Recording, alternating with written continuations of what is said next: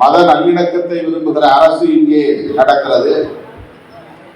மத நல்லிணக்கத்தை வலியுறுத்தக்கூடிய முதல்வர் இங்கே ஆட்சி பீடத்தில் இருக்கிறார். மத நல்லிணக்கத்தை வலியுறுத்தக்கூடிய கூட்டணி கட்சிகள் திராவிட முன்னேற்ற கழகத்தோடு இணைந்து பயணிக்கிறோம். அப்படியெல்லாம் இருந்தும் கூட அதிகாரிகள் இந்த மத நல்லிணக்க பேரணிக்கு, மத நல்லிணக்க மாநாட்டுக்கு அனுமதி இல்லை என்று மறுக்கிறார்கள் என்றால் இதை எப்படி நாம் புரிந்து கொள்வது? இதை எப்படி நாம் அணுகுவது?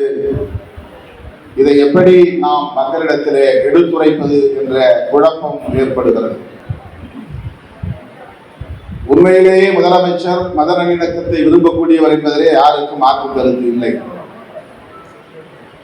மதவெறி சக்திகளை அனுமதிக்க கூடாது என்பதிலே அவருக்கு ஒரு விழுக்காடு கூட மாற்று கருத்து இல்லை என்பதிலும் நமக்கு நம்பிக்கை இருக்கிறது. விடுதலை சிறுத்தைகள், இடதுசாரிகள் போன்ற அரசியல் இயக்கங்கள் திராவிட முன்னேற்ற கழகத்திற்கு இந்த அடிப்படையில் தான் நல்லாதரவை வழங்கி வருகிறது என்பதும் நான் அறிந்த உண்மை, மக்கள் அறிந்த உண்மை.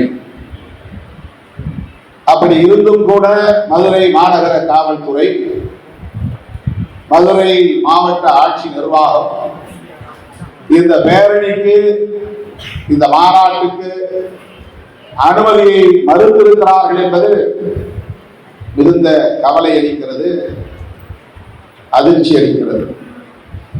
மாநகர காவல்துறையின் இந்த போக்கை விடுதலை சிறுத்தைகள் கட்சியின் சார்பில் மிக வன்மையாக கண்டிக்கிறோம்.